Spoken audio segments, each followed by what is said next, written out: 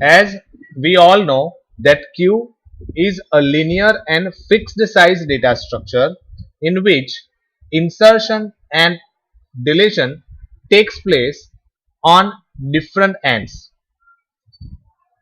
The operations which we can perform on a linear queue is known as NQ and DQ. First of all, we'll try to understand what is NQ. NQ is an operation in which the insertion of a data is performed at rear end. In other words, whenever we are inserting a new element to our existing queue at rear end, that operation is known as NQ. Similarly, DQ is an operation in which we are removing elements from the front end. In other words, you can say in DQ operation we can remove the element from the front end. Okay, and one more operation is there, and that is the display operation, right, which will show me the content of data structure, or you can say a queue. So without wasting more time, let us start understanding a linear queue. Over here I have implemented three user defined functions for NQ and DQ operations. Okay, so let us start our program. Here is my main method, in which you can see integer ch for selecting a proper menu, x can be used to insert a new element, as well as it can be used to retrieve the deleted element. Here you can see a of n is used for my queue, where n is a constant which is defined in global section. You can see over here has defined n equal n5, right? Then these are two pointers. One is used for front pointer and second one is used for rear pointer. As you all know, in a linear queue, insertion takes place at rear end and deletion takes place from the front end. That is why we require two pointers in a code of, or you can say in a program of linear queue. Okay, this is my menu. It has four options: one for NQ, that is insertion of element; two for DQ, that is for deletion of element; three for display the content of linear queue; and four to come out from this program. Okay, over here I am getting the choice from the user, and that choice will be stored in a variable called ch. This is my first case, that is NQ. Now as you know, in the program of linear queue, only two operations are such in which the content of linear queue will get changed. Okay, and the change takes place with the help of these two pointers, that is front pointer and rear pointer. So that is why over here you can see whatever data I would like to insert in my queue, I am storing that data in variable x. That data will be provided to me by the user, and I am calling my NQ function. The first argument is an array which contains a linear queue. X is the data provided by the user which is to be inserted in my queue. Here I am passing the front pointer and rear pointer as a reference, because ultimately it will modify the structure of my linear queue. That is why I need to pass it as a reference. Okay, as you can see, initially my linear queue contains nothing, so I have set my front pointer and rear pointer to -1, because in a C programming all of us know that array index starts from 0. So whenever I put my first element into a linear queue, that will be stored at array index 0, right? In other words, you can say my first element of linear queue will be stored at a of 0. So initially my both the pointers are at -1. Over here we need to always remember that the front pointer always points the element to be removed, whereas the rear pointer always points the last element, or you can say the recently inserted element. I hope you understood. Once again I am repeating, in case of linear queue we need to always remember that front pointer always points the element which is to be deleted or which is in the first position, whereas rear pointer always points the element which is recently inserted. In other words, you can say NQ operation performs at rear end and DQ operation performs at front end. These 2 points we need to always remember in case of linear queue. Okay, so that is why initially I have set my front and rear pointer to -1. Now let's say I have entered my first element as 1 and I am calling my NQ function. So this is my NQ function. As you can see, the first argument is my linear queue array, new element to be inserted, value of front pointer and value of rear pointer. Now as you can see, the size of my linear queue is 5. So you can easily understand that the last element to be inserted in my linear queue will be stored at 5 minus 1, that is index number 4. After that index, or you can say after 4th index, I should not be able to insert a new element. So that is why I have provided one condition over here, that if the value of rear pointer becomes 4, then I have to print what? Queue is overflow. It shows me that I am not able to insert a new element now onwards. That is the limitation. Okay, that is the maximum position for rear pointer. If my rear pointer is not n minus 1, then it says that the new element can be inserted in our linear queue. So in my else part, what I am doing, first of all I am incrementing my rear pointer. This is the operation whatever we have performed in case of stack. In case of stack, before inserting an element, what we were doing, we were incrementing the top pointer. The same thing we are doing over here with the help of rear pointer. So before inserting an element, what we have to do, we have to increment the rear pointer, that will point a next empty memory space. Then we are assigning a value provided by the user to that location by writing the statement a of pointer r is equals to x. Next I am checking if pointer f is equals to -1. It means if this is the first insertion in my linear queue, then what I have to do, I have to set my front pointer to 0 from -1. Okay, since this is the first insertion in my linear queue, what I have to do, I have to increment both the pointers, front as well as rear, because as I told you earlier, front pointer always points an element which is to be deleted from the linear queue, right? And rear pointer always points an element which is recently inserted. So in our case, this is the only element which can be removed, and this is the only element which is recently inserted. That is why we need to set our front pointer to 0. I hope you understood. Let us assume that now user is entering one more element. So in that case, what will be the value of rear pointer? Right now when I enter into this function, the value of rear pointer will be 0.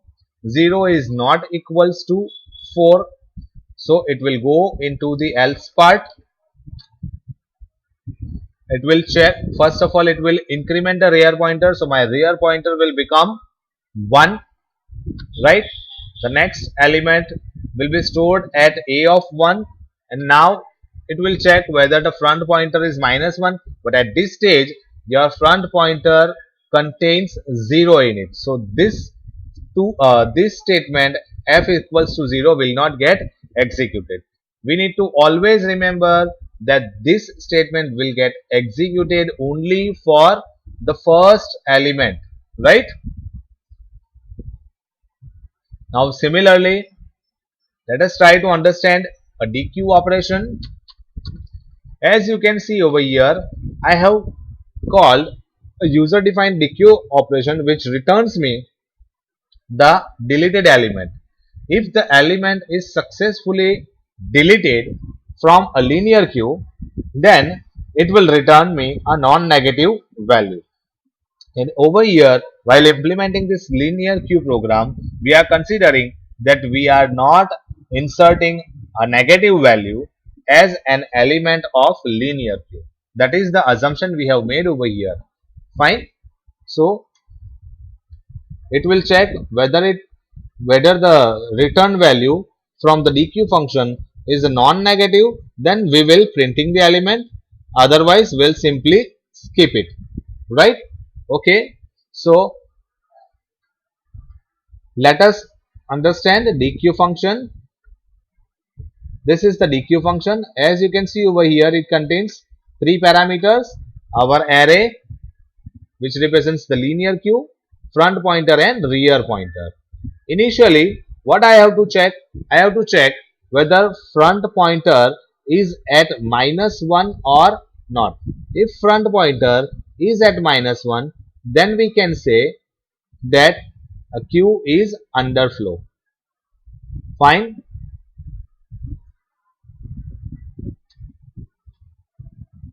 And at this time we need to set -1 to our y pointer, y variable, which tells our program that no element is there in our linear queue, right?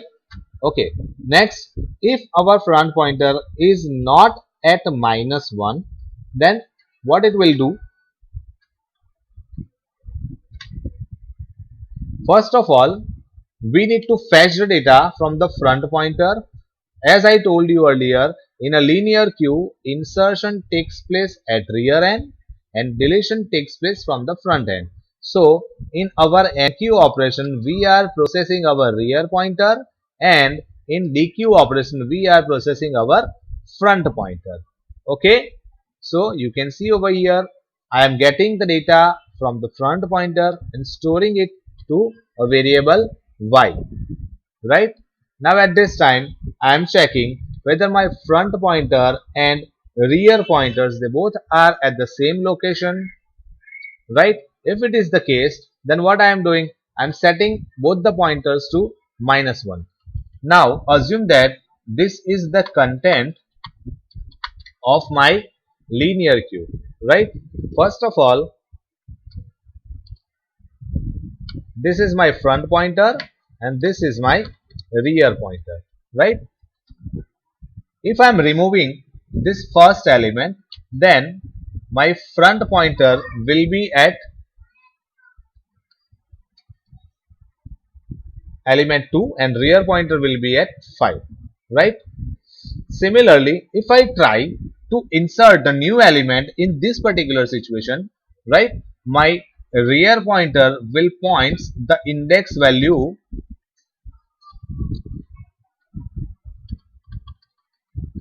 Actually, let me explain you one more time, so that with the help of index, so that you will understand it better.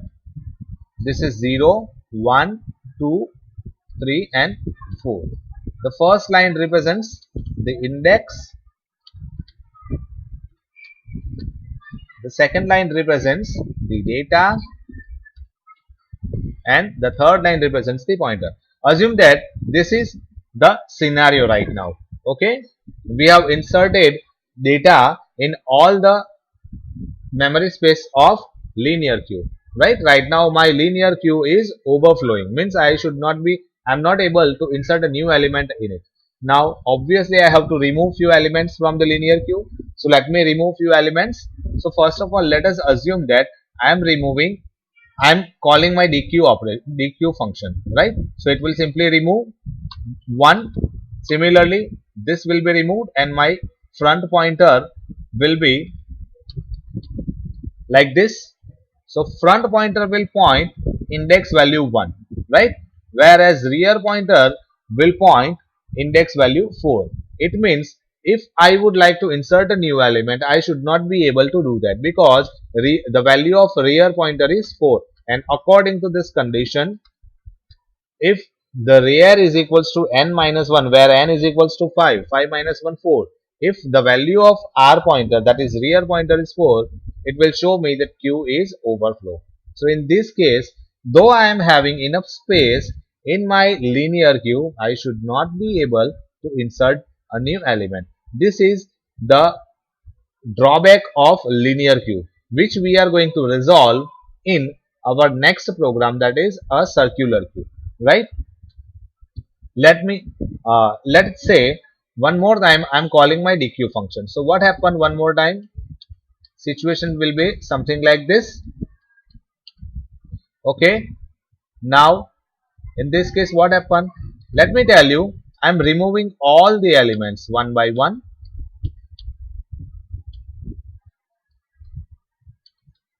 Let's say this is the case. In this particular case, my front and rear pointer, they both will point to the same element and same index. So this is what the case I am trying to explain you in this if construct. I hope you understand. If at this particular situation, I will try to remove the element. What happened? First of all, it will fetch the data from the front pointer. So what will be stored in y? It will contain 5 in y, right? Y, the value of y variable will be 5. And now it is checking whether the front and rear pointer, they both are pointing to same element. Yes, this is the case over here. Front and rear both are pointing the index value 4. So in that case, what it will do? Front and rear value will become -1 first of all, and then what it will do? It will return the value of y. That's it. That means the last element has been removed from the linear queue, and once again a queue is being ready for new elements. Okay. Otherwise, if this is not the case, what it has to do? It has to increment the front pointer, right? That is what I had explained you.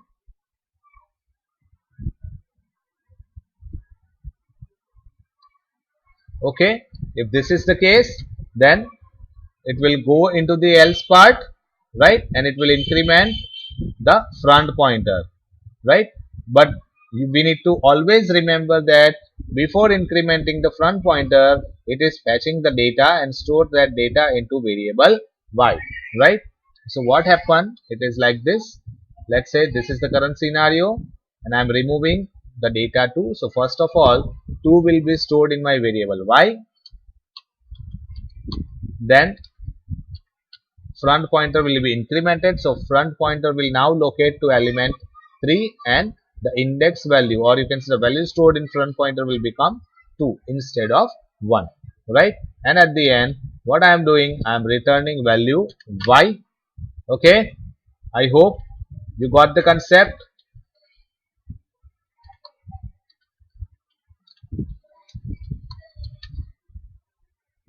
Okay. So now our third case, whatever data I am returning from the DQ function, that will be stored in variable x, and it will check whether it's a non-negative value. If it is non-negative value, then it will print the deleted element. If it's a negative value, then it will return what?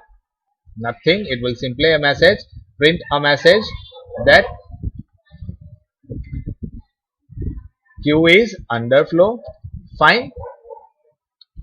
And you can see over here, it contains -1 in y. So this statement will tell me that this is the state of underflow.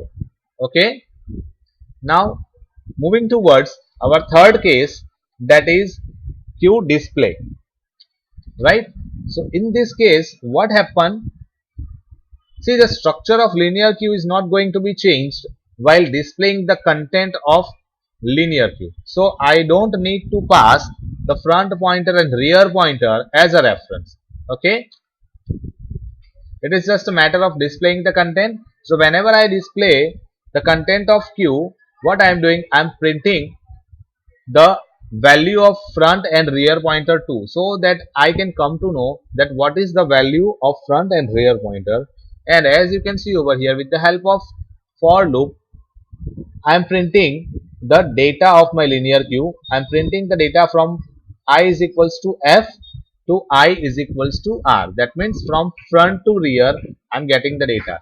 And at the same time, if the value of front and rear pointer is -1, at that time it won't print anything, right? So I am checking one more condition over here. If front is not -1 and at the same time rear is not -1, then it should print the data. Otherwise it won't print the data. Fine. So these are the three functions, or you can say the three operations which we can perform on linear queue. Let us execute the code. Okay, initially you can see front and rear pointers are at -1. Now I am entering one element, let's say 1. Let me display the content. As you can see, both the front and rear pointers are now set to an index value 0. Fine. Let me dequeue the element. Let me remove the element. As you can see, recently we have inserted 1, right? So deleted element is what? 1. Let me see the content. As you can see, once again we were having only one element, at that 2 we have removed. So once again front and rear pointers are set to -1. Okay. Now let me check dequeue, that means underflow condition, whether it is showing me or not. As you can see, right now no elements are there in my linear queue, so it shows me underflow. 1, 2, 1, 3, 4, 5. As you can see over here, I have inserted 5 elements in it and trying to insert one more element in it. Okay. As you can see, it shows me that queue is underflow. It means now I cannot insert more elements in it because it exceeds the size of linear queue.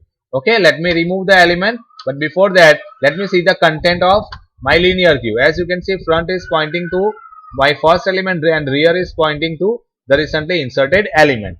Let me remove few elements from it. As you can see, the deleted element is 1, and let me see the content of queue. Yes, front is now pointing to index number 1 and rear is pointing to index number 4. Let me try to insert one element because my linear queue contains only 4 elements, but still I should not be able to insert new element because of limitation of linear queue. As you can see, I am not able to insert a new element. This is the biggest limitation of linear queue, which we are going to resolve in a next program, that is a circular queue, right? So meanwhile, one by one we will try to remove the element and display the content of linear queue. 2 has been removed. See, 2 has been removed from it, and front pointer is at index number 2, rear pointer is still there at index 4. So this is the proof of dequeue operation. In dequeue operation, elements are going to be deleted from the front pointer. 3 has been removed, 4 has been removed. Let me see the stack content. Now you can see front and rear, both the pointers are pointing to the last element, right? This is the last element, means I can perform dequeue operation one more time. Then after I won't be allowed to perform dequeue operation as well as enqueue operation. Okay. Last deleted element is 5. Let me check the content. As you can see, all the elements have been removed. So we have resetted our front and rear pointer to -1 so that our linear queue can store 5 elements from the beginning, right? So this is the program of linear queue. I hope you understood it very well. Have a look of a code. I hope you understood the concept of linear queue in today's demonstration, right?